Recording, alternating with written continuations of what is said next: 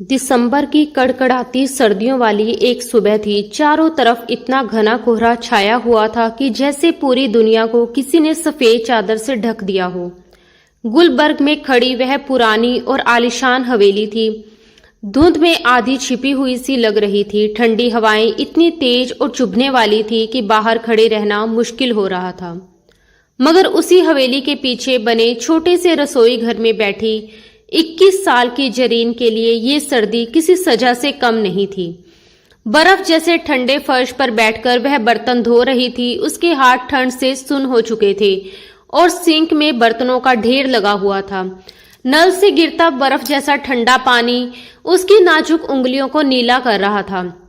हर बार जब वह बर्तन रगड़ती तो उंगलियों में उठती तेज टिस उसके दिल तक पहुंच जाती, मगर वह बिना कुछ कहे चुपचाप काम करती जा रही थी। थकी हुई नजरों से उसने सामने दीवार पर टंगी घड़ी की तरफ देखा। सुबह के ठीक 8 बज चुके थे और घर में सुबह से ही अफरा तफरी मची हुई थी। उसके मन में अनगिनत ख्याल एक साथ उमड़ रहे थे। कभी वह सोचती कि क्या सच में ये वही घर है जिसमें वह पैदा हुई थी, वही घर जिसे उसके पापा सलीम साहब ने बड़े प्यार और शौक से बनवाया था, वही हवेली जिसमें वह बचपन से किसी राजकुमारी की तरह पली बड़ी थी, जहां उसकी हर छोटी बड़ी ख्वाहिश पूरी की जाती थी। मगर आज उसी घर में रहते हुए भी उसे ऐसा लगता था जैसे उसके पैरों के नीचे की जमीन खिसक चुकी हो। उसकी माँ रुखसाना बेगम, जो कभी इस घर की असली मालकिन हुआ करती थी, आज उसी घर के एक सीलन भरे कमरे में लकवे से जूझते हुए बिस्तर पर पड़ी थी। जरीन की आंखों में आंसू तक नहीं थे। शायद ठंड ने उन्हें भी जमा दिया था, या फिर हालात की सख्ती ने उसके दिल को इतना मजबूत बना दिया था कि अब रोने की ताकत भी नहीं बची थी। वह अब एक इंसान नहीं बल्कि एक मशीन बन चुकी थी। ऐसी मशीन जिसके अंदर भी भावनाएं हैं, यह मानने को कोई तैयार नहीं था। तभी अचानक ताई समीना की कड़कती हुई आवाज ने उसके खामोश ख्यालों को बेरहमी से तोड़ दिया। जरीन, अरे ओ महारानी, अभी तक बर्तन ही धो रही हो? जरीन घबराकर पीछे मुड़ी। रसोई के दरवाजे पर समीना बेगम हाथ बांधे खड़ी थी। उनके चेहरे पर हमेशा की तरह नाराजगी और कठोरता साफ झलक रही थी। उन्होंने तेज आवाज में कहा, तुम्हें पता है ना कि आज लंदन से तैमूर मिर्जा आ रहा है? उसके स्वागत में जरा भी कमी नहीं रहनी चाहिए।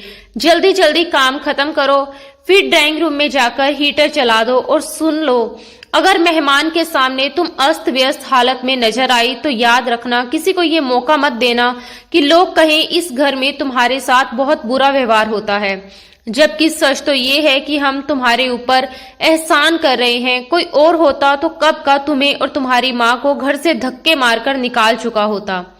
जरीन ने बिना कुछ कहे चुपचाप सिर झुका दिया। उसने अपने भीगे और ठंड से कांपते हाथों को अपनी कमीज के दामन से पोंछा और धीरे से खड़ी हो गई। ठंड की वजह से उसके शरीर के जोड़ दर्द कर रहे थे, मगर उसने शिकायत का एक शब्द भी नहीं कहा, क्योंकि इस घर में उसकी हैसियत किसी साइंस से ज्यादा नहीं रह गई थी। ऐसा साया जो मौजूद तो होता है लेकिन किसी की नजर में नहीं आता, सिवाय उस वक्त के जब काम करवाना हो। जब जरीन रसोई से बाहर निकली तो लॉन्च का दृश्य बिल्कुल बदला हुआ था। पूरे हॉल में मुलायम और महंगे कालीन बिछे हुए थे। बड़े बड़े झूमर अपनी सुनहरी रोशनी बिखेर रहे थे और हर कोने में लगे हीटरों की वजह से वातावरण गर्म और आरामदेह लग रहा था। मगर ये गर्माहट जरीन के ठंड से जमे हुए जिस्म को अजीब तरह से चुभ रही थी, जैसे इस चमकदार माहौल में उसका ठंडा और थका हुआ वजूद बिल्कुल बेगाना हो।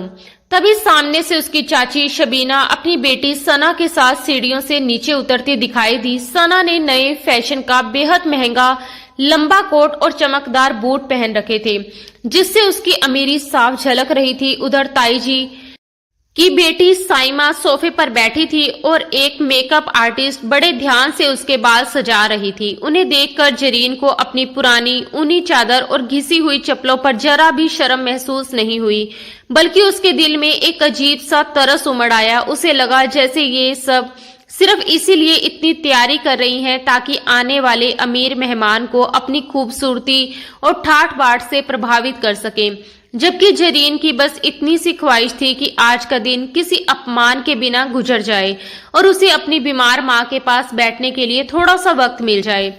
तभी साइमा की नजर आईने में पड़ती जरीन की परछाई पर गई और उसने मुंह बनाते हुए कहा, जरा इसकी शक्ल तो देखो मम्मा, इसे कहो मेहमानों के सामने मत आए। तैमूर क्या सोचेंगे कि हमारे घर में ऐसी फकीरन लड़कियां घूमती हैं। उसकी बात सुनकर शबीना बेगम हल्के से हंस पड़ी और हामी भरते हुए बोली, हाँ जरीन, तुम ऐसा करना कि मेहमान के आने के बाद रसोई में ही रहना।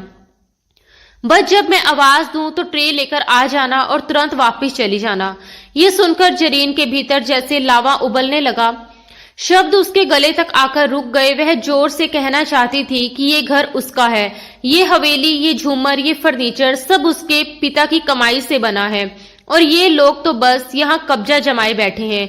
मगर उसी पल उसे अपनी बीमार माँ का ख्याल आ गया। अगर उसने जरा सी भी जुबान खोली तो शायद माँ की दवाइयां भी बंद कर दी जाएं। उसने गहरी सांस ली, सब्र का कड़वा घुट पिया और सिर झुकाकर ड्राइंग रूम की तरफ बढ़ गई ताकि हीटर चालू कर सके। अभी वह दरवाजे तक ही पहुंची कि बाहर पोर्च में एक भारी गाड़ी के रुकने की आवाज गूंज उठी। घर के अंदर अचानक हलचल मच गई। आ गए, हाय अल्लाह, मैं तो अभी तैयार भी नहीं हुई। साइमा घबराकर सोफे से उछल पड़ी। समीना और शबीना बेगम तेजी से दरवाजे की तरफ बढ़ी। जरीन का मन हुआ कि वह तुरंत वापस रसोई की तरफ भाग जाए, मगर ताई का दिया हुआ हुक्म उसके कदम रोक चुका था। दरवाजे के पास रखा भारी सजावटी पीतल का गुलदान रास्ते में आ रहा था, इसलिए वह जल्दी से उसे हटाने के लिए आगे बढ़ी, मगर ठंड से उसके हाथ सुन्न हो चुके थे और पकड़ भी कमजोर पड़ चुकी थी। उसी पल जैसे ही मुख्य दरवाजा खुला, बाहर की धुंध के साथ एक लंबा और प्रभावशाली साया भीतर दाखिल हुआ। वह था तैमूर मिर्जा। उसने काला कोट पहन रखा था, गले में मुलायम ऊनी मफलर था, हाथों में गरम दस्ताने और चेहरे पर एक अजीब सी सख्त संजीदगी थी। लगता था जैसे वह लंदन की बर्फीली हवाओं का आदी हो चुका हो। उसकी शख्सियत में इतना रोब और ठहराव था जैसे आसपास की हवा भी कुछ पल के लिए थम गई हो। उसके कदम बेहद मजबूत, संतुलित और आत्मविश्वास से भरे हुए थे। उधर जरीन जैसे ही गुलदान उठाने लगी, उसकी अचानक मौजूदगी से घबरा गई। उसकी सुन्न उंगलियां उस भारी गुलदान का बोझ संभाल नहीं पाई और वह उसके हाथों से फिसलने लगा। इससे पहले कि वह जमीन पर गिरकर तेज आवाज करता, जरीन उसे बचाने के लिए तुरंत आगे झपटी, मगर संतुलन खो बैठी और सीधे तैमूर के सामने जाकर गिर पड़ी। गुलदान तो गिरने से बच गया, मगर उसमें भरा पानी झलक कर तैमूर के चमकते काले बूट्स और पैंट के निचले हिस्से पर जा गिरा। उस पल जैसे समय ठहर गया। कड़ाके की सर्दी में जरीन फर्श पर गिरी हुई थी। उसके घुटने में चोट लग चुकी थी और ठंडा पानी उसके कपड़ों में समा गया था, मगर उसे दर्द से ज्यादा डर महसूस हो रहा था।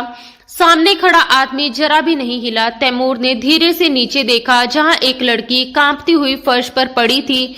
उसके जूते भीग चुके थे। उसके चेहरे पर कोई भाव नहीं था, ना गुस्सा ना हमदर्दी, बस एक गहरी खामोशी थी। उसने बेहद इम्तिनान से अपना चश्मा उतारा और जरीन की तरफ देखा। पीछे से साइमा और ताई जी घबराई हुई आवाज आई, वेलकम होम तैमूर। मगर तैमूर ने हल्का सा हाथ उठाकर उन्हें चुप रहने का इशारा कर दिया। उसकी नजरें अब भी सिर्फ फर्श पर गिरी जरीन पर टिकी हुई थी। उसकी आवाज ठंडी, सख्त और हुक्म देने वाली थी। उठो। उसकी आवाज भारी और बर्फ जैसी ठंडी थी, ऐसा हुक्म जिसे ठुकराना नामुमकिन था। जरीन लड़खड़ाते हुए खड़ी हुई। गिरने की वजह से उसकी पुरानी ऊनी चादर कंधों से खिसक गई थी, जिसे उसने घबराकर जल्दी जल्दी ठीक किया। उसके हाथ अब भी ठंड से सुन्न थे और दिल इतनी तेज धड़क रहा था कि उसे लग रहा था जैसे सबको उसकी धड़कनों की आवाज सुनाई दे रही हो। वह अपनी नजरें उठाने की हिम्मत नहीं कर पा रही थी। सामने खड़ा शख्स ऐसा था जिसकी मौजूदगी ही किसी दबाव की तरह महसूस हो रही थी। तैमूर ने बेहद सलीके से अपनी जेब से एक साफ रुमाल निकाला और पूरे इम्तिनान से अपने जूतों पर गिरा पानी पोंछने लगा। उसके हर हाव भाव में एक अजीब सा ठहराव और नफासत थी, जैसे उसे जरा भी जल्दी ना हो। फिर उसने सीधा होकर जरीन की तरफ देखा और उसके चेहरे को गौर से परखने लगा, मानो किसी अनजानी किताब के पन्ने पढ़ रहा हो। कुछ पल की खामोशी के बाद उसने सपाट आवाज में कहा, क्या इस घर में चलने के असूल नहीं सिखाए जाते या फिर नजर का कोई मसला है? उसके लहजे में कोई ऊंची आवाज नहीं थी, मगर शब्दों की धार इतनी तीखी थी कि वह सीधे दिल पर लगती थी। वह ताना नहीं मार रहा था, बल्कि ऐसे पूछ रहा था जैसे सामने वाले की पूरी शख्सियत को परख रहा हो। जरीन को उस पल ऐसा महसूस हुआ जैसे जमीन फट जाए और वह उसमें समा जाए। शर्म, डर और बेबसी सब मिलकर उसके भीतर तूफान मचा रहे थे, मगर उसने खुद को संभाला और धीरे धीरे सर उठाकर पहली बार उस अजनबी आदमी को गौर से देखा जो उसके सामने खड़ा था। तैमूर की आंखें गहरी झील जैसी थी, उनमें कोई भाव पढ़ पाना मुश्किल था। वह सिर्फ देख रहा था, जैसे सामने खड़ी लड़की के भीतर छुपी हर परत को समझ लेना चाहता हो। उसी पल जरीन के अंदर दबा हुआ आत्मसम्मान जैसे अचानक जाग उठा। बरसों से सहते सहते जो चिंगारी बुझने के करीब थी, वह इस कटु लहजे से फिर से भड़क उठी। उसने धीरे से कहा, माफ कीजिएगा, मेरे हाथ ठंड से सुन है। आपके जूते खराब करने का मेरा कोई इरादा नहीं था, मैं तो सिर्फ रास्ता साफ कर रही थी। और जहां तक नजर की बात है, कभी कभी धुंध इतनी गहरी होती है कि इंसान को अपनी मजबूरी के सिवा कुछ दिखाई ही नहीं देता। उसके मुंह से निकले ये शब्द वहां खड़े हर इंसान के लिए अप्रत्याशित थे। समीना बेगम तो जैसे सन रह गई, उनके चेहरे पर हैरानी साफ झलक रही थी। एक साधारण सी समझी जाने वाली लड़की, और वह भी तैमूर मिर्जा के सामने इस तरह जवाब दे रही थी। कुछ पल के लिए माहौल में सन्नाटा छा गया। तैमूर की आंखों में एक क्षण के लिए हल्की सी चमक उभरी। ये चमक हैरानी की थी या किसी अनकही सराहना की, ये समझ पाना मुश्किल था। उसने एक कदम आगे बढ़ाया और अब वह जरीन के बिल्कुल करीब खड़ा था। उसकी मौजूदगी से जैसे हवा और भारी हो गई थी। उसने ठंडी आवाज में कहा, धुंध बाहर है मोहतरमा, घर के अंदर नहीं। और अपनी मजबूरी को अपनी नाकाबिलियत का बहाना मत बनाइए, गलती मानना सीखिए, बहाने हमेशा कमजोर लोग बनाते हैं। ये कहकर उसने बेहद बेरुखी से उसे हल्का सा किनारे किया और आगे बढ़ गया, जैसे ये पूरा वाकया उसके लिए कोई मायने ही ना रखता हो। मगर उसके कहे हुए शब्द जरीन के दिल में किसी तेज नुकीले तीर की तरह धंस चुके थे। कमजोर, उसने मन ही मन ये शब्द दोहराया। उसके भीतर कहीं गहरी जगह दर्द की एक लहर उठी। तुम क्या जानो तैमूर मिर्जा, वह मन ही मन सोचने लगी कि मैं कितनी बड़ी जंग लड़ रही हूँ। उधर ताई समीना घबराकर तुरंत तैमूर के पीछे भागी और बेहद बनावटी मुस्कान के साथ बोली, अरे बेटा, आई एम सो सॉरी, ये लड़की तो बस ऐसी ही है, दिमाग थोड़ा कमजोर है इसका, यतीम है ना, हमने तरस खाकर पाला है, इसकी बातों का बुरा मत मानना। फिर उन्होंने मुड़कर तेज आवाज में कहा, जाओ जरीन, यहाँ से दफा हो जाओ और मेहमान के लिए कॉफी बनाकर लाओ।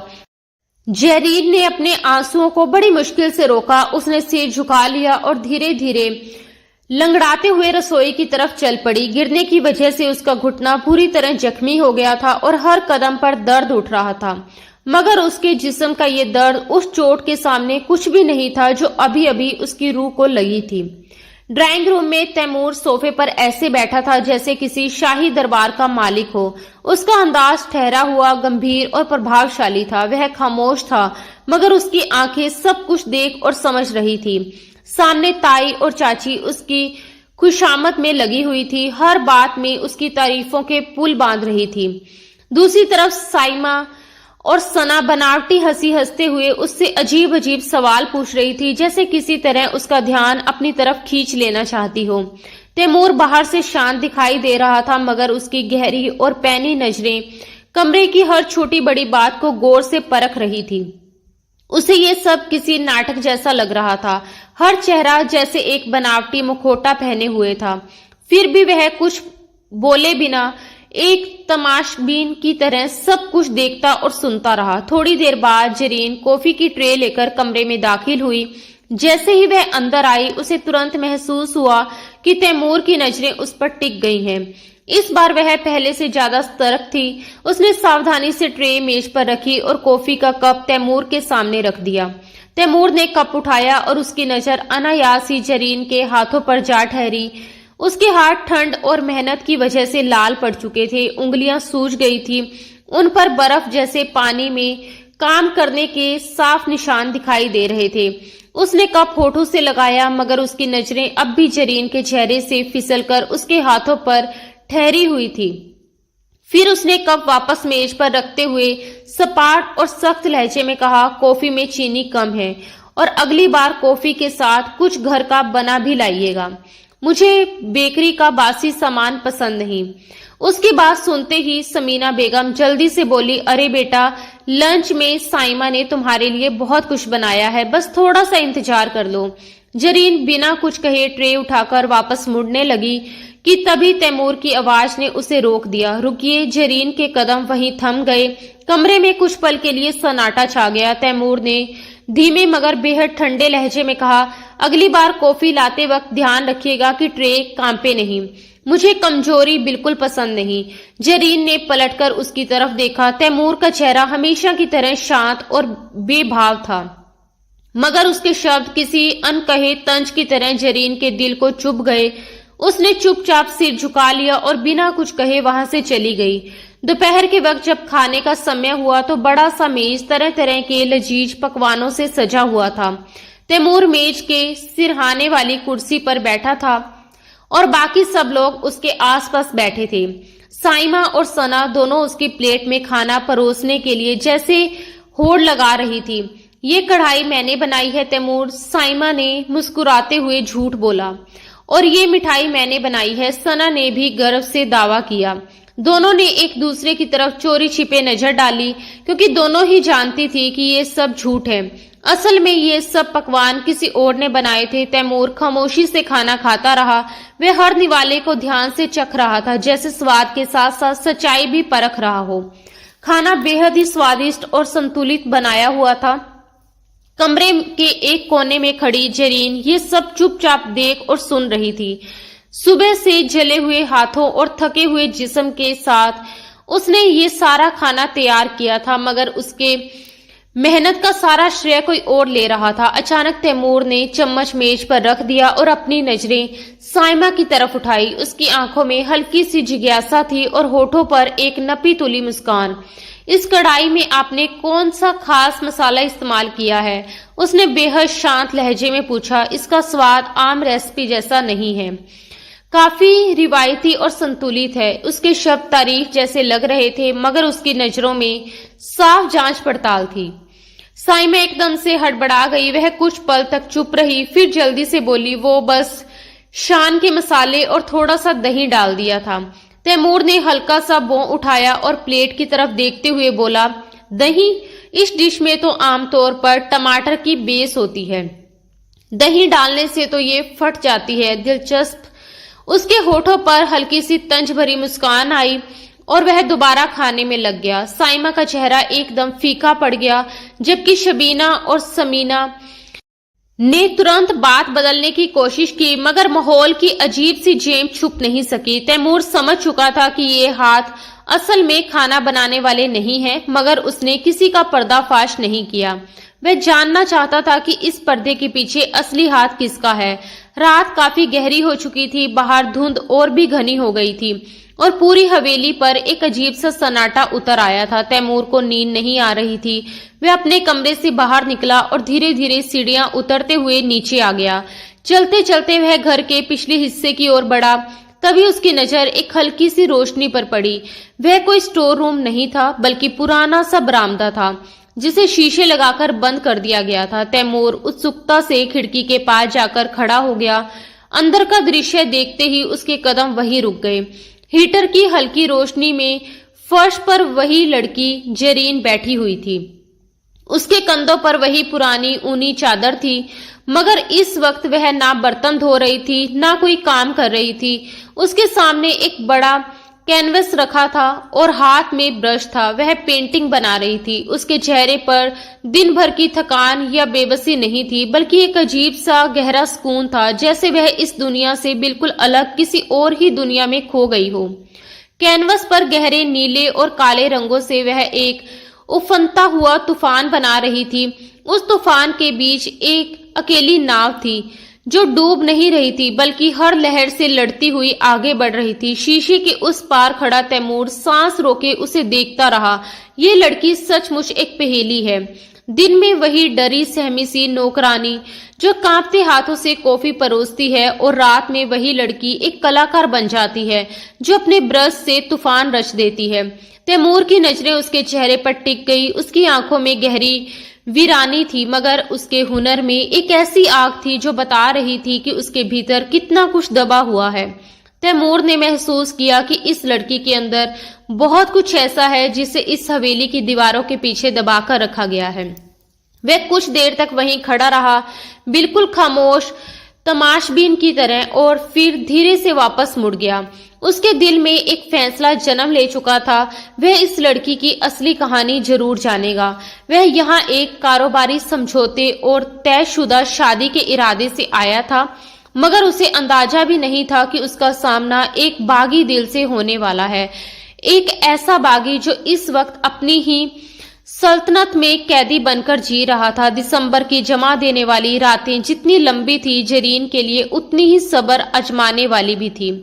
पिछले एक हफ्ते में इस घर की पूरी तस्वीर बदल चुकी थी। तैमूर मिर्जा के आने से हवेली के सारे नियम और तौर तरीके उलट पुलट हो गए थे, मगर इस बदलाव का सबसे भारी बोझ जरीन के कंधों पर आ पड़ा था। उसके लिए तैमूर कोई ख्वाबों का शहजादा या प्रिंस चार्मिंग नहीं था, बल्कि एक नई मुसीबत था। एक घमंडी, अकड़ू और अमीर लंदन वाला साहब जिसके नखरे उठाते उठाते उसकी कमर टूट जाती थी। जरीन को उससे सख्त चिढ़ होने लगी थी। जब भी वह सामने आता, उसकी आंखों में एक अजीब सा भाव होता, जैसे वह जरीन को किसी माइक्रोस्कोप के नीचे रखकर परख रहा हो। और जरीन के लिए वह बस एक और अमीर आदमी था जिसे अपनी दौलत और अपनी खूबसूरत शख्सियत पर बहुत नाज था।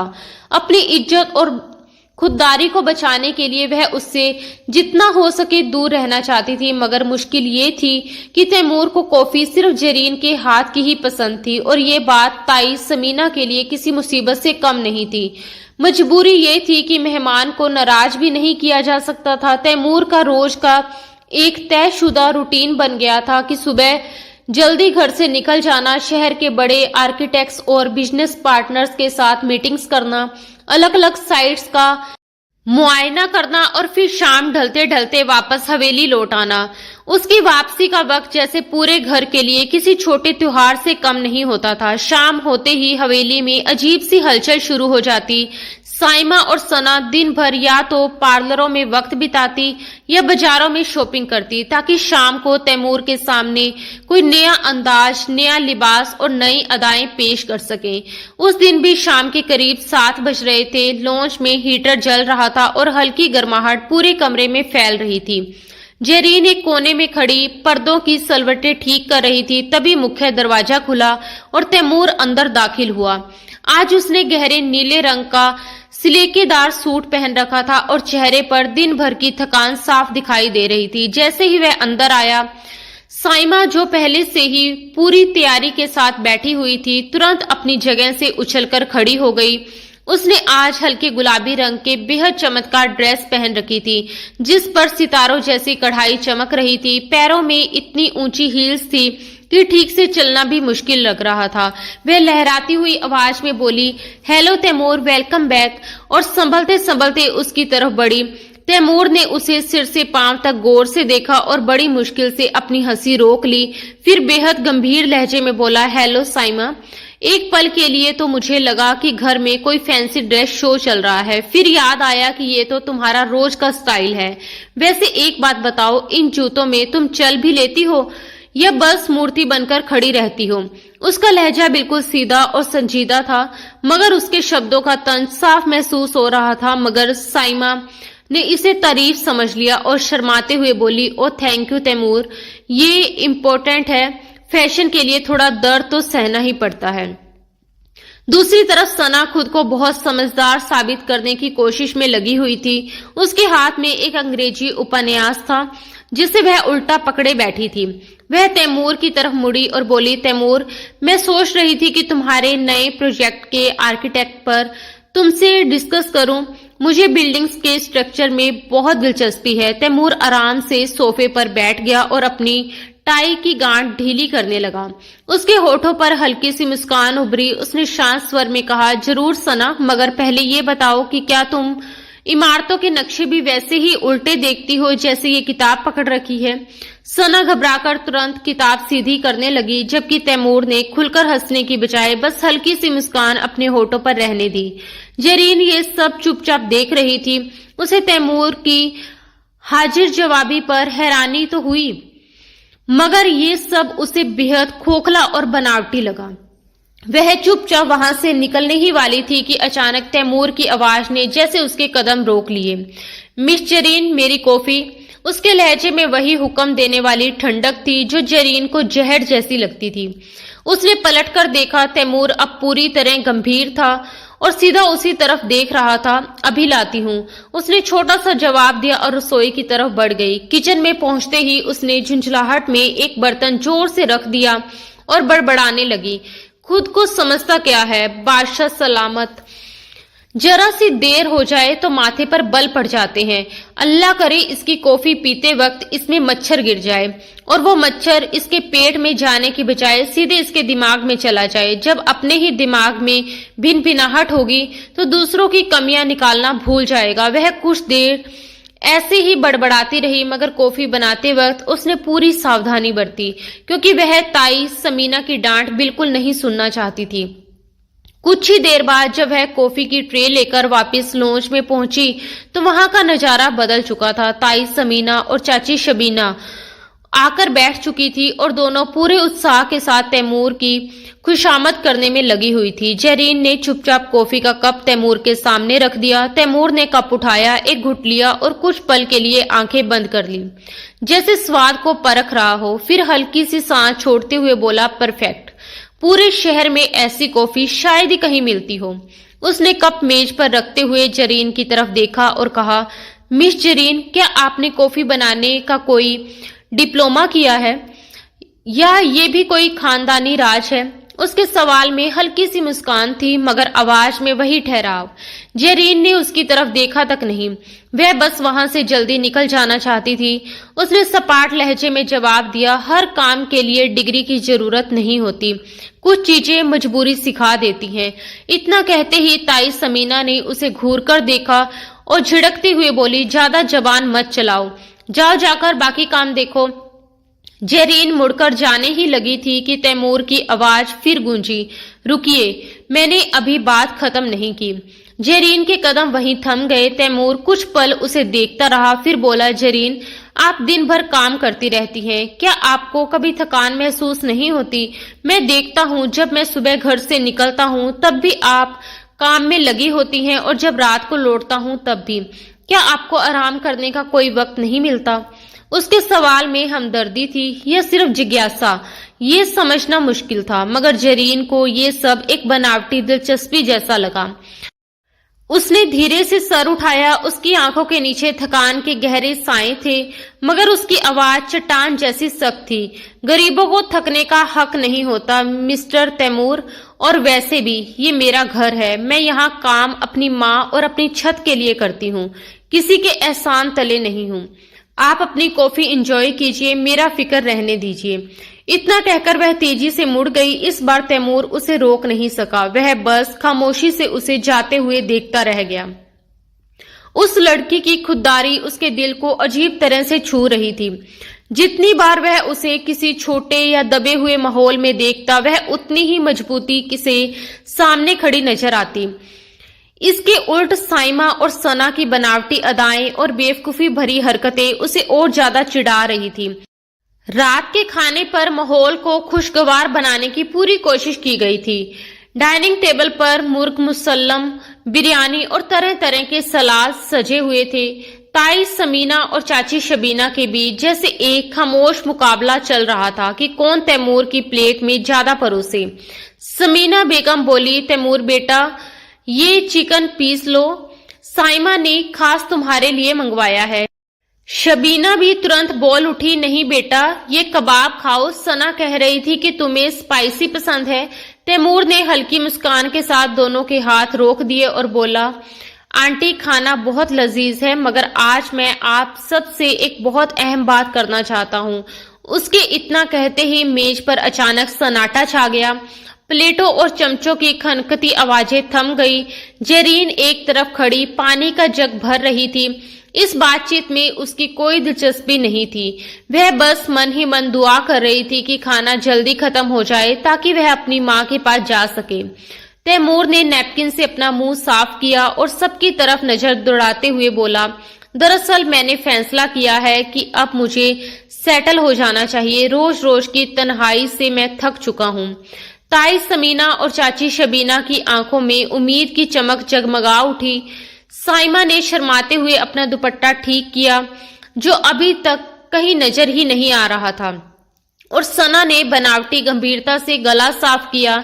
ताई समीना ने उत्सुकता से पूछा, तो तुमने क्या सोचा बेटा?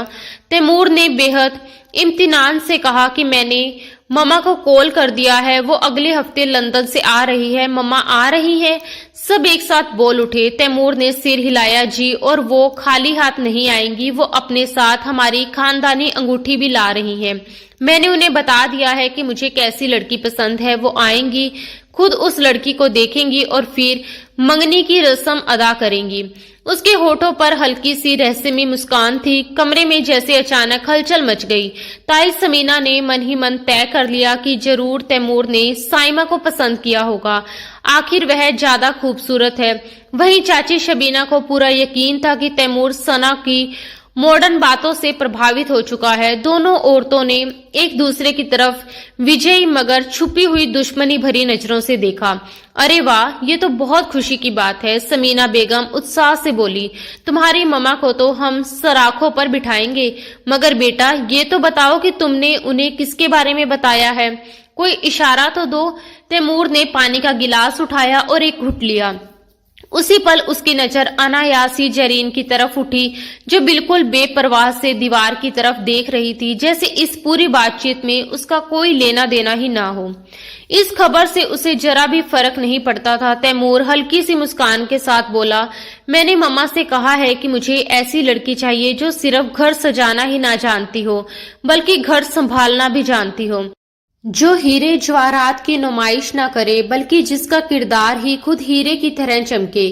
और मुझे पूरा यकीन है कि मेरी पसंद पर मम्मा भी अपनी मोहर लगा देंगी। आप लोग बस तैयारी रखिए।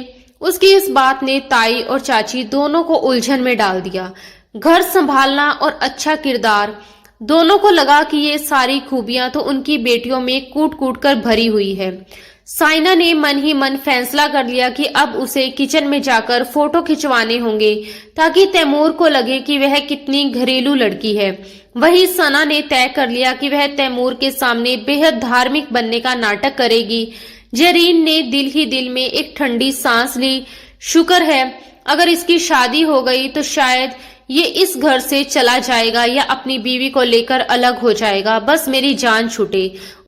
उसने मन ही मन सोचा।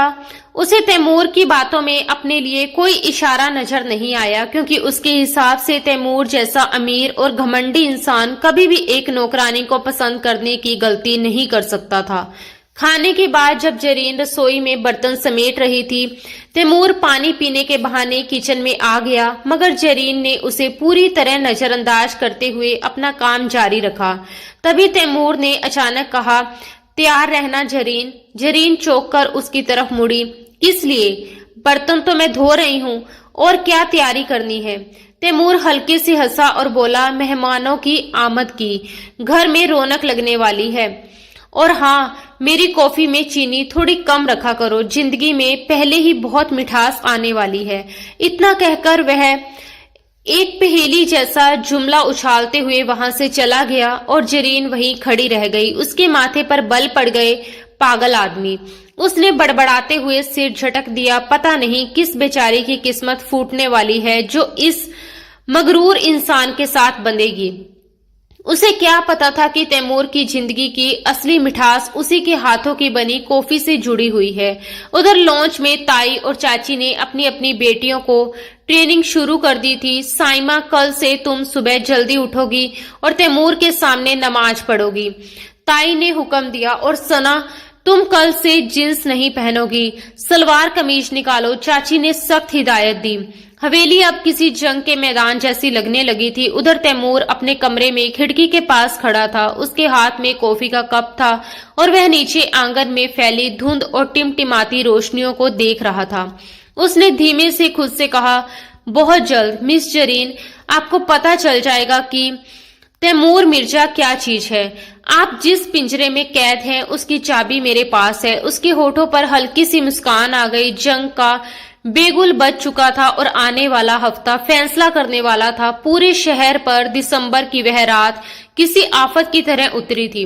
आसमान जैसे फट पड़ा था और मूसलाधार बारिश कहर बनकर बरस रही थी। तेज हवाओं के झोंके हवेली की खिड़कियों से टकरा रहे थे, जैसे अंदर घुसने की जिद कर रहे हो। मगर हवेली के पिछवाड़े बने जर्जर कमरे में इससे भी बड़ा तूफान उठा हुआ था। जरीन की मां रुखसाना बेगम, जो कई सालों से फालिज की मार झेलते हुए खामोशी में पड़ी थी, अचानक बुरी तरह तड़पने लगी थी। उनकी सांसें उखड़ रही थी, चेहरा नीला पड़ चुका था और वे हवा के लिए मछली की तरह झटपटा रही थी। जरीन की हालत पागलों जैसी हो गई थी। उसने माँ का सर अपनी गोद में थाम रखा था। उसके आंसू लगातार गिर रहे थे। अम्मी, हिम्मत रखो अम्मी, मैं भी डॉक्टर को लेकर आती हूँ, आपको कुछ नहीं होगा। उसकी कांपती आवाज कमरे में गूंज रही थी। उसने माँ को तकिए का सहारा दिया, जल्दी से दुपट्टा सर पर लिया और भागती हुई बाहर निकल पड़ी। आंगन में पानी भर चुका था और बारिश की बूंदें किसी तेज सुई की तरह चुभ रही थी। मगर जरीन को कुछ महसूस ही नहीं हो रहा था। वह दौड़ते हुए मुख्य इमारत के दरवाजे तक पहुंची और जोर जोर से दरवाजा पीटने लगी। अंदर गहरा सन्नाटा था। सब लोग गहरी नींद में सो रहे थे। ताई जान, खुदा वास्ते दरवाजा खोलिए। चाची जान, मेरी माँ मर रही है, मुझे गाड़ी की चाबी दे दीजिए या एम्बुलेंस को फोन करने दीजिए। उसकी चीखें बारिश के शोर में दबती जा रही थी। वह लगातार अपनी मुट्ठियों से भारी लकड़ी का दरवाजा पीटती रही। काफी देर बाद जब उसकी उम्मीदें टूटने लगी थी, तब जाकर दरवाजा थोड़ा सा खुला। सामने ताई समीना का नींद से भरा और चिड़ा हुआ चेहरा नजर आया। उन्होंने झुंझलाकर कहा, ये क्या मुसीबत है जरीन? आधी रात को क्यों तमाशा मचा रखा है? जिन भूतों की तरह क्यों चिल्ला रही हो? और फिर सख्ती से उसे डांट दिया। जरीन लगभग उनके पैरों में गिरने ही वाली थी। वह कांपती आवाज में बोली, ताईजान, अम्मी की सांस रुक रही है, खुदा के लिए ड्राइवर को बुला दीजिए या गाड़ी की चाबी दे दीजिए, हमें तुरंत अस्पताल जाना है वरना वो मर जाएगी। ताई ने उसे तिरस्कार भरी नजर से देखा और फिर आसमान की ओर देखते हुए झुंझलाकर बोली, पागल हो गई हो क्या? इतनी भयानक बारिश में ड्राइवर कहाँ जाएगा? और गाड़ी अभी अभी सर्विस से आई है, मैं उसे कीचड़ में खराब नहीं करवाऊंगी। ये तुम्हारी माँ का रोज का ड्रामा है। जाओ, जाकर उन्हें गर्म पानी पिला दो, सुबह देखा जाएगा। इतना कहकर उन्होंने बेरहमी की सारी हदें पार करते हुए दरवाजा जरीन के मुंह पर बंद कर दिया। जरीन वहीं पत्थर की तरह खड़ी रह गई। उसे यकीन ही नहीं हो रहा था कि कोई इंसान इतना जालिम भी हो सकता है। कुछ पल बाद उसने फिर दरवाजा पीटना शुरू कर दिया और पुकारने लगी, चाची, साइमा, कोई तो है, खुदा का खौफ करो। मगर अंदर से अब कोई जवाब नहीं आया, बल्कि बत्ती भी बुझा दी गई। मायूस और टूटे हुए दिल के साथ जरीन बारिश में भीगती हुई वापस पोर्च की ओर दौड़ी। उसने सोचा शायद गेट खोलकर सड़क पर पहुंच जाए और कोई रिक्शा ही मिल जाए। हालांकि इस भयानक तूफान में ये लगभग नामुमकिन था। वह तेजी से गेट की ओर भाग रही थी कि अचानक कीचड़ में उसका पैर फिसल गया और वह मुंह के बल जमीन पर गिर पड़ी। उसके घुटने और कोहनियां छिल गई, कपड़े कीचड़ से लथपथ हो गए और वह वहीं जमीन पर बैठकर फूट फूट कर रोने लगी। उसने आसमान की ओर देखकर फरियाद की, या अल्लाह, कोई मदद भेज दे, मेरी माँ को बचा ले। उसकी पुकार जैसे बारिश और तूफान के शोर को चीरती हुई ऊपर तक पहुंच गई। तभी अचानक अंधेरे को चीरती हुई तेज हेडलाइट की रोशनी उसके चेहरे पर पड़ी। गेट खुला और तैमूर की काली गाड़ी तेजी से अंदर दाखिल हुई। तैमूर आज एक लेट नाइट मीटिंग से लौट रहा था। पोर्च के फर्श पर बारिश में भीगी हुई एक लड़की को देखकर उसने तुरंत ब्रेक लगा दिए। वह गाड़ी से उतरा नहीं, बल्कि लगभग छलांग लगाकर बाहर आया। कुछ ही पलों में बारिश ने उसका महंगा सूट पूरी तरह भिगो दिया।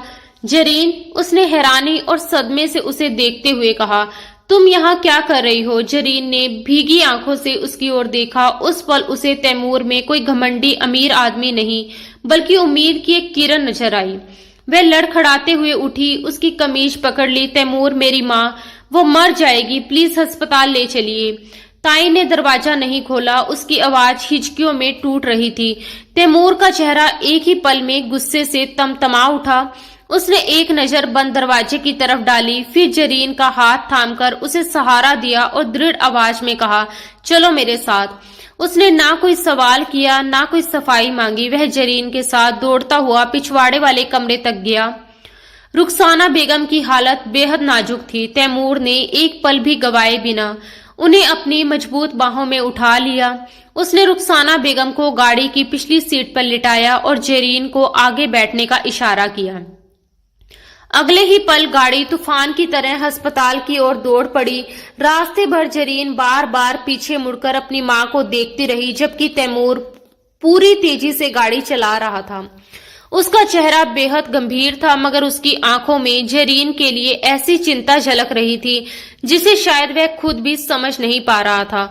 अस्पताल पहुंचते ही तैमूर ने इमरजेंसी वार्ड में मानो हड़कंप मचा दिया।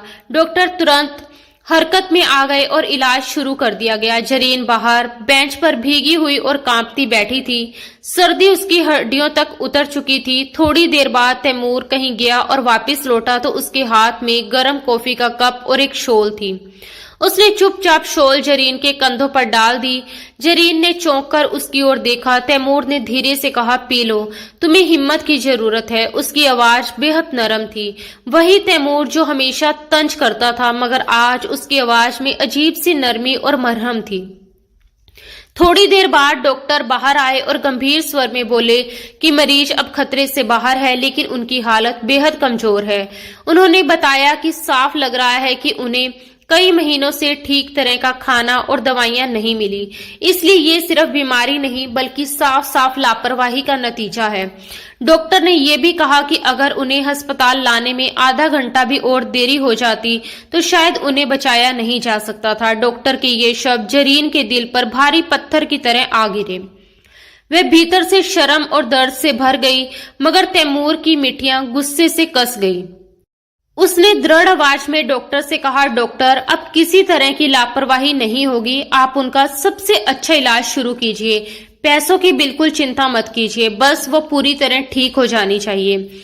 उसके बाद तैमूर वार्ड के अंदर गया।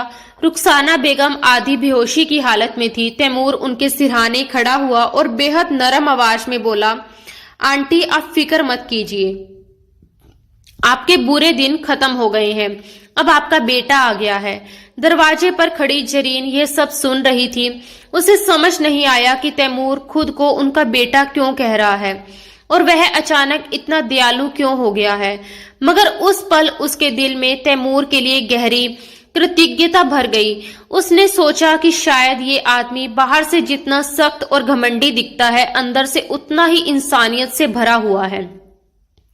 अगली सुबह सूरज निकलते ही हवेली में एक नया हंगामा खड़ा हो गया। रात की घटना की खबर ताई और चाची तक पहुंच चुकी थी, लेकिन शर्मिंदा होने की बजाय वे इस बात पर नाराज थी कि तैमूर जरीन और उसकी मां को अस्पताल ले गया था।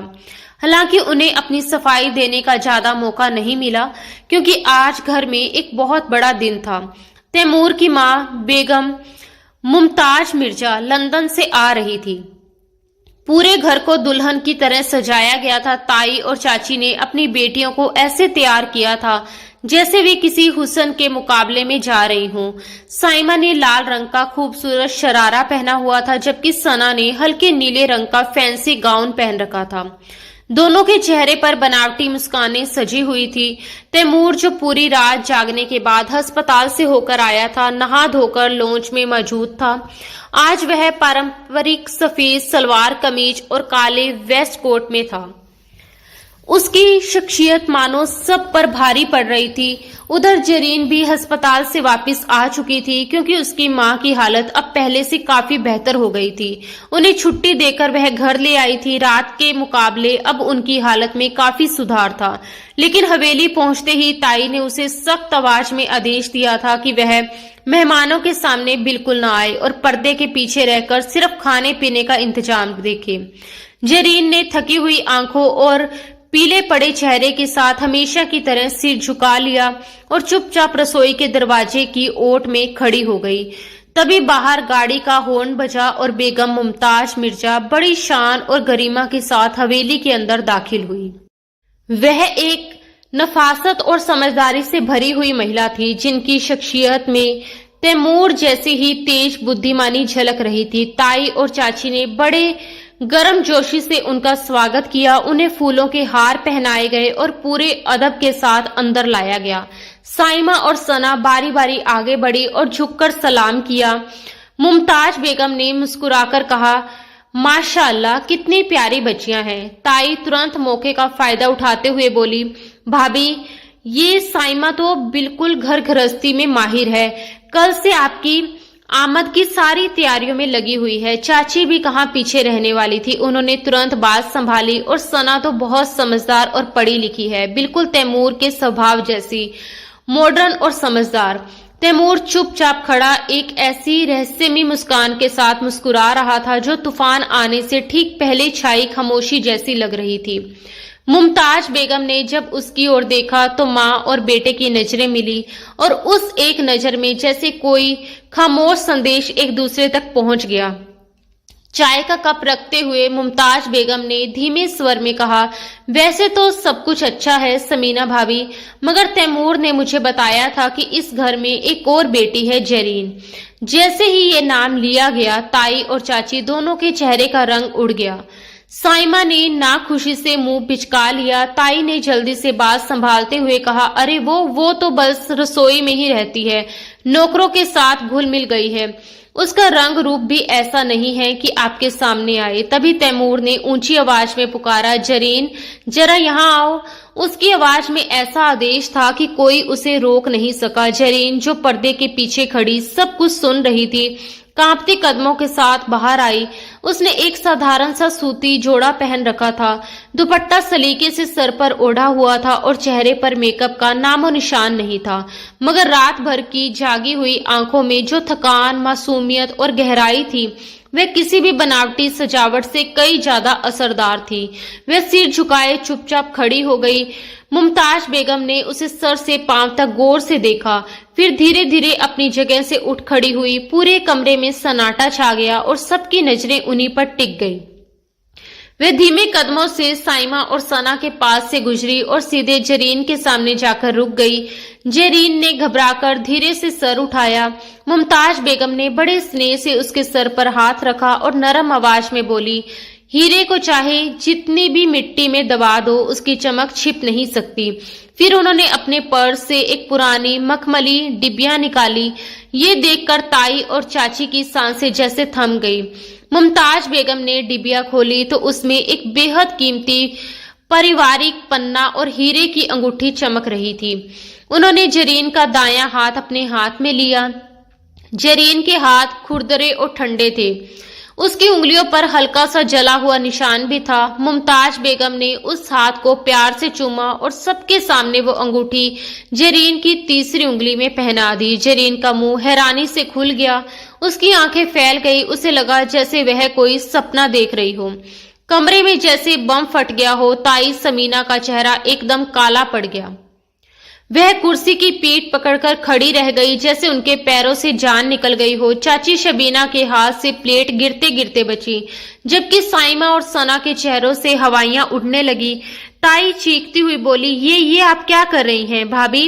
इस 2 टके की लड़की को, हमारे घर की नौकरानी को तैमूर की पत्नी बनाएंगी? अब तक शांत खड़ा तैमूर आगे बढ़ा और उसने जरीन के कंधे पर मजबूती से हाथ रखकर उसे अपने पास कर लिया। उसकी आवाज गूंजती हुई ठोस थी, ये नौकरानी नहीं बल्कि इस घर की असली वारिस है ताईजान, और सिर्फ घर की ही नहीं, ये तैमूर मिर्जा के दिल की भी वारिस है। मुझे गुडियों को सजाने का शौक नहीं है, मुझे एक सच्चा हमसफर चाहिए, और वो मुझे उस बारिश वाली रात कीचड़ में लथपथ अपनी माँ के लिए तड़पती हुई मिली थी, ना कि मेकअप की परतों के पीछे। जरीन ने भीगी पलकों से तैमूर की ओर देखा। उसकी आंखों में अब वह तंज और घमंड नहीं था, बल्कि एक अजीब सा अपनापन और जिम्मेदारी झलक रही थी।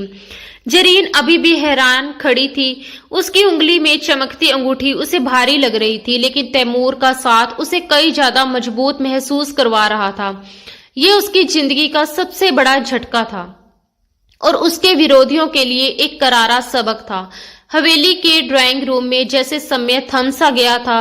मुमताज बेगम के हाथों से पहनाई गई वह हीरे की अंगूठी जरीन की खुरदरी उंगलियों में सितारों की तरह चमक रही थी, मगर उसकी चमक ने ताई समीना और चाची शबीना की आंखों को चकाचौंध कर दिया था। उनके दिलों में जलन की आग भड़का दी।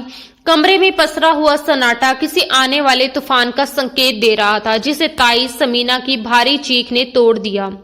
ये हरगिज नहीं हो सकता, ये धोखा है। जरूर इस लड़की ने तुम लोगों पर कोई जादू कर दिया है। एक नौकरानी आपके घर की बहू बनेगी, और मेरी साइमा का क्या? हमने बरसों से इस रिश्ते का इंतजार किया है।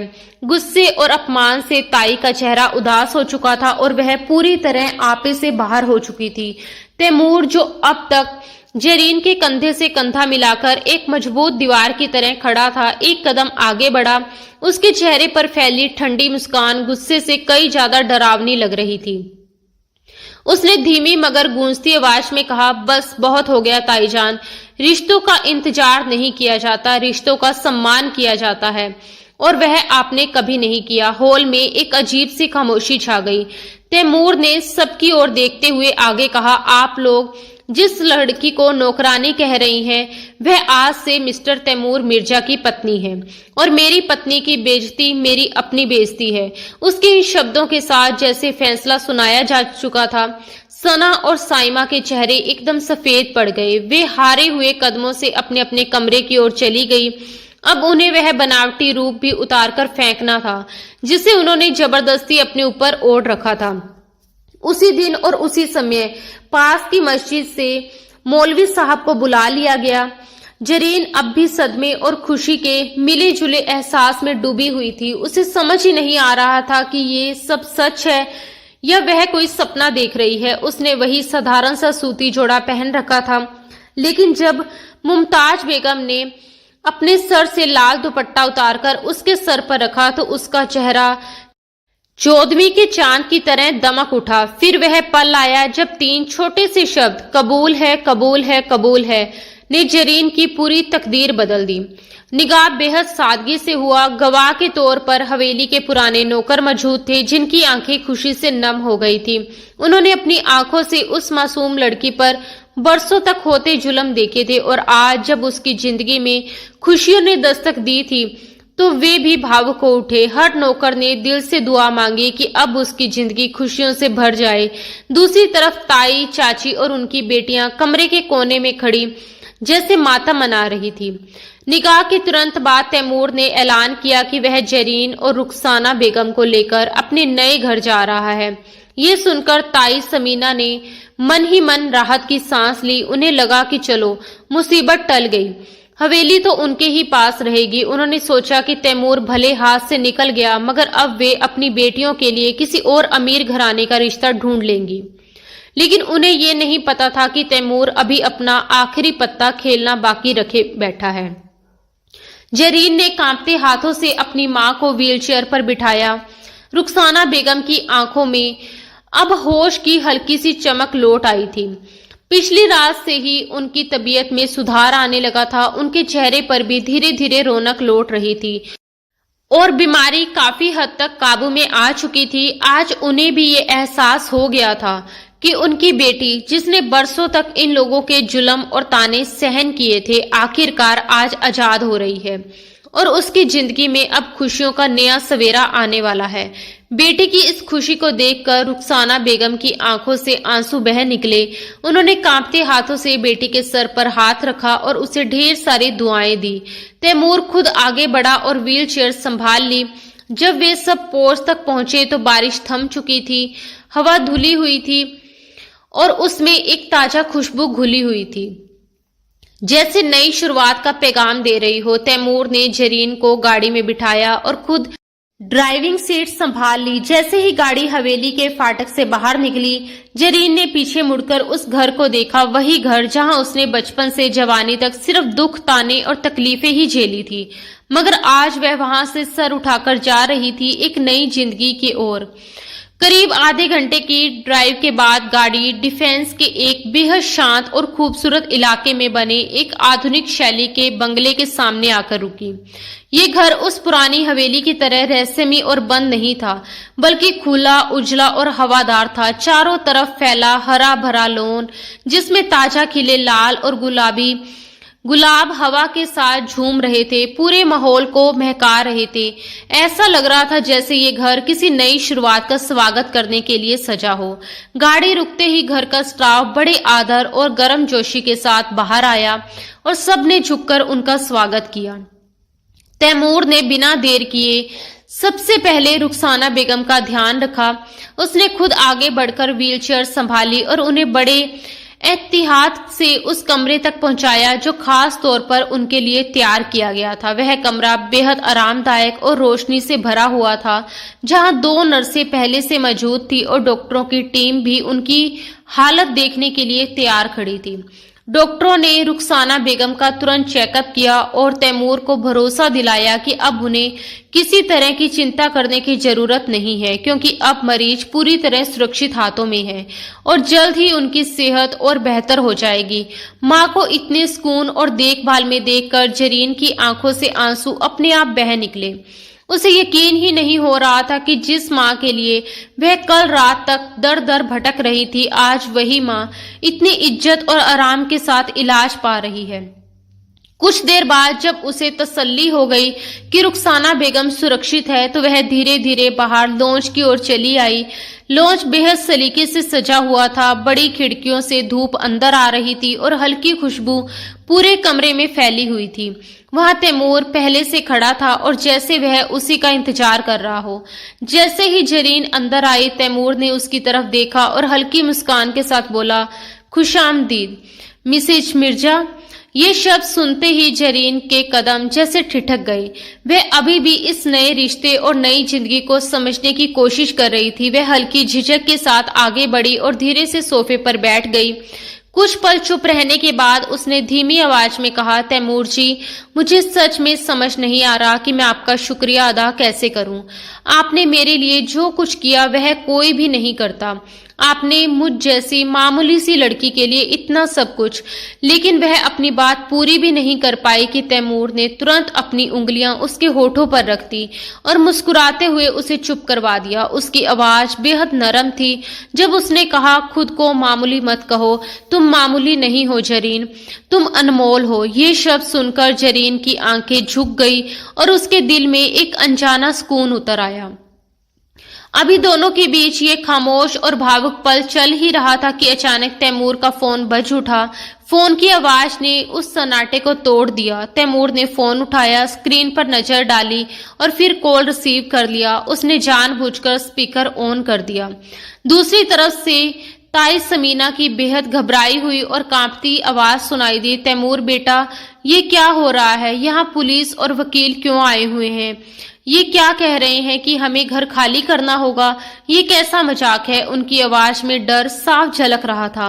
तैमूर ने एक पल के लिए जरीन की तरफ देखा, फिर बेहद ठंडे और सख्त लहजे में फोन पर जवाब दिया, ये मजाक नहीं है ताईजान, ये इंसाफ है। उसकी आवाज इतनी शांत थी कि उसमें छिपी कठोरता और भी गहरी लग रही थी। वह आगे बोला, जिस हवेली में आप लोग इतने सालों से रह रहे हैं, वे असल में सलीम अंकल की थी और कानूनी तौर पर उस हवेली की असली वारिस जरीन है। आप लोगों ने उस घर पर इतने सालों से गैर कानूनी कब्जा कर रखा था। मेरे डैड के पास उस घर के असली कागजात सुरक्षित थे और मैं वही कागजात लंदन से अपने साथ लेकर आया हूँ। अब सब कुछ कानून के सामने साफ है, इसलिए मैंने वकील को साफ आदेश दे दिया कि आप लोगों के पास इस हवेली को खाली करने के लिए सिर्फ 24 घंटे का समय है। उसके बाद कानून अपना काम करेगी। फोन के दूसरी तरफ से अचानक चीख पुकार और घबराई हुई माफी मांगने की आवाजें आने लगी। माहौल एकदम बदल गया था। थोड़ी ही देर में चाची शबीना भी रोते हुए फोन पर आ गई। उनकी आवाज कांप रही थी, जैसे डर ने उनके दिल को जकड़ लिया हो। वह गिड़गिड़ाते हुए बोली, बेटा हम कहाँ जाएंगे? अगर हमें घर से निकाल दिया गया तो हम सड़क पर आ जाएंगे। खुदा के लिए ऐसा मत करो, हम बर्बाद हो जाएंगे। उनकी आवाज में वही घबराहट थी जो कभी जरीन की आवाज में हुआ करती थी, जब वह रहम की भीख मांगती थी और कोई सुनने वाला नहीं होता था। ये सब सुनकर जरीन के चेहरे पर एक पल के लिए सख्ती उतर आई। उसकी आंखों के सामने अचानक अतीत के सारे दर्दनाक मंजर घूम गए। वे दिन जब उसे जानबूझकर भूखा रखा जाता था, वे रातें जब उसकी मां को दवा तक नहीं दी जाती थी, वे अपमान भरे पल जब उसे उसी घर में नौकरानी की तरह काम करने पर मजबूर किया जाता था, जो असल में उसके पिता की विरासत था। हर याद उसके दिल को चीर रही थी। तैमूर चुपचाप खड़ा उसे देख रहा था। उसकी आंखों में एक सवाल था, जैसे वह कह रहा हो कि अब फैसला तुम्हारा है। उसने धीमे लेकिन स्पष्ट शब्दों में कहा, उन्हें निकाल दो जरीन, उन्होंने तुम पर बहुत जुल्म किए हैं। उसके शब्दों में उकसावा था, मगर फैसला फिर भी जरीन के हाथ में ही था। कुछ पल तक कमरे में खामोशी छाई रही। फिर जरीन धीरे धीरे उठी और शांत कदमों से चलते हुए तैमूर के करीब आ गई। उसने बिना कुछ कहे तैमूर के हाथ से फोन ले लिया। जैसे ही फोन उसके हाथ में आया, दूसरी तरफ अचानक सन्नाटा छा गया। वहां मौजूद हर शख्स जैसे सांस रोककर जरीन के फैसले का इंतजार कर रहा था।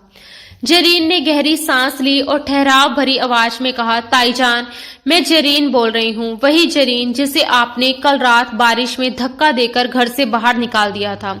उसके शब्द शांत थे, मगर उनमें ऐसी सच्चाई थी जिसने दूसरी तरफ बैठे लोगों को चुप करवा दिया।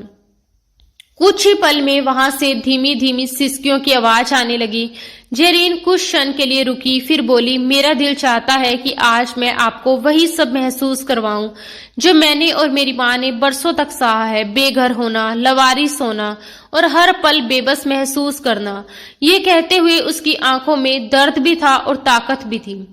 तैमूर अपनी पत्नी को गौर से देख रहा था। उसकी आंखों में गर्व और प्यार साफ झलक रहा था। लेकिन अगले ही पल जरीन ने गहरी सांस ली और अपनी आवाज को और स्थिर करते हुए कहा, लेकिन मैं सलीम साहब की बेटी हूँ और मेरा दिल आप लोगों जैसा नहीं है। मुझे वह हवेली नहीं चाहिए, क्योंकि वह घर अब मेरे लिए सिर्फ दर्द और अपमान की याद बन चुका है। मुझे मेरा असली घर मिल चुका है और मेरा घर वह है जहाँ मेरा रक्षक मेरे साथ खड़ा है। उसने एक पल के लिए तैमूर की तरफ देखा, फिर फोन पर बोली, आप लोग उसी हवेली में रहिए, लेकिन बस इतना याद रखिएगा कि ये घर अब आपकी ताकत नहीं बल्कि मेरी दी हुई खैरात है। उसी लड़की की खैरात जिसे आप 2 टके की समझते थे। ये कहकर जरीन ने बिना कोई और शब्द कहे फोन काट दिया। तैमूर उसे हैरानी और बेहद गहरे प्यार भरी नजरों से देख रहा था, क्योंकि जरीन उससे लिपटी खड़ी थी। कुछ पल बाद उसने धीमी आवाज में पूछा, तुमने उन्हें माफ कर दिया? वो इसके काबिल तो बिल्कुल नहीं थे। जरीन के होठों पर हल्की सी मुस्कान उभरी। उसने धीरे से सिर हिलाया और बोली, नहीं तैमूर, मैंने उन्हें माफ नहीं किया। मैंने तो बस उन्हें अपने एहसान के नीचे दबा दिया है। अगर मैं उन्हें घर से निकाल देती तो शायद लोग उन्हें मुजरिम समझते, उनके लिए हमदर्दी पैदा हो जाती। लेकिन अब वे जिंदगी भर शर्मिंदगी के साथ जिएंगे। जब भी उस घर की दीवारों, दरवाजों और छत को देखेंगे तो उन्हें हर बार ये एहसास होगा कि ये सब उन्हें खैरात में मिला है, उसी लड़की की खैरात जिसे वे 2 टके के समझते थे। वे थोड़ी देर रुकी, फिर शांत आवाज में बोली, और सच कहूं तो मैं नफरत का इतना भारी बोझ उठाकर अपने नए घर में कदम नहीं रखना चाहती थी। तैमूर ने बिना कुछ कहे अचानक उसके दोनों हाथ थाम लिए और उन्हें अपने होठों से छू लिया। उसकी आंखों में गर्व और मोहब्बत साफ दिखाई दे रही थी। वह मुस्कुराकर बोला, मैंने कहा था ना, मुझे हीरे की पहचान है। तुम सच में मेरे दिल की वारिस हो। रात पूरी तरह भीग चुकी थी। नए घर की छत पर हल्की हल्की बूंदाबांदी हो रही थी, बिल्कुल वैसे ही बारिश जैसे उनकी पहली मुलाकात के वक्त हुई थी। मगर उस रात की बारिश में दर्द था और आज की बारिश में सुकून। तैमूर और जरीन छत की रेलिंग के पास खड़े थे। जेरीन ने एक खूबसूरत शॉल ओढ़ रखी थी और तैमूर ने उसे अपने बाजुओं के घेरे में ले रखा था। सामने पूरा शहर रोशनी से नहाया हुआ चमक रहा था। तैमूर ने झुककर धीरे से फुसफुसाया, जेरीन। जेरीन ने पलके उठाकर उसकी तरफ देखा। जी। तैमूर ने उसकी आंखों में देखते हुए पूछा, तुम्हें पता है मैंने तुम्हें अपना दिल कब दिया था? जेरीन ने मासूमियत से सिर हिलाया। तैमूर हल्का सा मुस्कुराया और बोला, उस पहली रात जब तुम मेरे महंगे जूतों पर गिर पड़ी थी। जेरीन ने तुरंत शरारत से भौहें चढ़ाई और सच, तैमूर हंस पड़ा। नहीं, उस वक्त तो मुझे तुम पर बहुत गुस्सा आया था। असल में मुझे तुमसे प्यार तब हुआ जब मैंने तुम्हें उस टूटी हुई खिड़की के पास छुपकर पेंटिंग करते हुए देखा था। तुम अपने कैनवास पर तूफान बना रही थी, लेकिन तुम्हारे चेहरे पर अजीब सा सुकून था। उस पल मैंने सोचा कि जो लड़की इतने दुखों और तकलीफों के बीच रहकर भी अपनी कला को मरने नहीं देती, वह कितनी मजबूत होगी। उसी वक्त मैंने तय कर लिया था कि मुझे ऐसी ही जीवन संगिनी चाहिए जो मेरी बेरंग दुनिया में सच्चे रंग भर सके। जेरीन की आंखों में हल्की नमी चमक उठी। वह धीमी से बोली, मुझे तो लगा था कि आपको साइमा या सना जैसी मॉडर्न लड़कियां पसंद आएंगी। मैं तो बहुत साधारण हूँ। तैमूर ने तुरंत उसका चेहरा अपने हाथों में थाम लिया। उसकी आवाज में गहराई थी। सादगी ही तो सबसे बड़ा आकर्षण होती है जेरीन।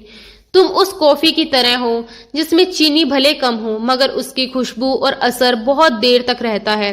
बाकी लड़कियां सोडा वाटर जैसी थी, थोड़ी देर शोर मचाया और फिर सब खत्म। लेकिन तुम सुकून हो। और तैमूर मिर्जा को अब जिंदगी में सिर्फ सुकून चाहिए। वह थोड़ा झुककर उसके करीब आया और धीमे से बोला, और अभी इसी वक्त मुझे उस सुकून की जरूरत है जो सिर्फ तुम मुझे अपनी बाहों में समेट कर दे सकती हो। उसकी बात सुनकर जेरीन के गाल शर्म से लाल हो गए। तभी तैमूर ने अपनी जेब से एक छोटी सी चीज निकाली।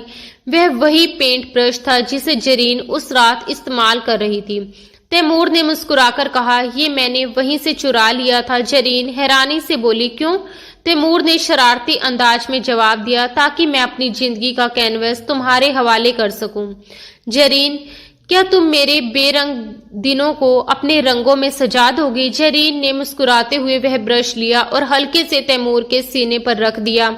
फिर बोली, मैं कोई बहुत बड़ी आर्टिस्ट तो नहीं हूँ तैमूर साहब, मगर वादा करती हूँ कि आपकी जिंदगी में कभी उदासी का सलेटी रंग नहीं आने दूंगी। तैमूर ने उसे और करीब खींच लिया। इस बीच बारिश थोड़ी तेज हो गई थी, मगर दोनों को उसकी बिल्कुल परवाह नहीं थी।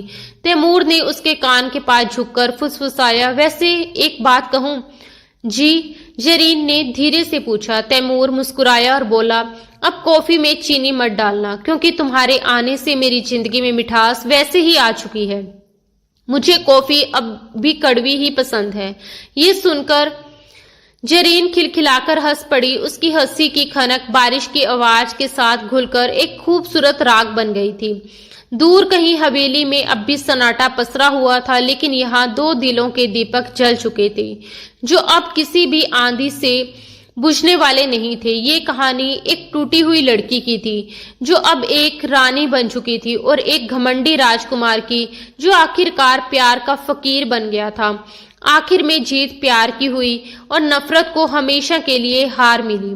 दोस्तों, अब आप जरूर बताइए कि आज की ये कहानी आपको कैसी लगी। अपने विचार और भावनाएं कमेंट बॉक्स में जरूर साझा करें, क्योंकि आपके कमेंट हमें और बेहतर कहानियां लाने की प्रेरणा देते हैं। अगर ये कहानी आपको पसंद आई हो तो इसे लाइक करना बिल्कुल ना भूलें। आपकी एक छोटी सी लाइक हमारे लिए बेहद मायने रखती है। और अगर आपको ऐसे ही दिल को छू लेने वाली कहानियां, रोमांटिक और प्यारी प्यारी कहानियां सुनना अच्छा लगता है, तो हमारे चैनल से जुड़े रहिए। हम आपके लिए लगातार नई नई और खूबसूरत कहानियां लेकर आते रहेंगे। तो दोस्तों, अब इजाजत दीजिए। बहुत जल्दी मुलाकात होगी अगली किसी नई दिलचस्प और रोमांटिक कहानी के साथ। धन्यवाद दोस्तों। राधे राधे।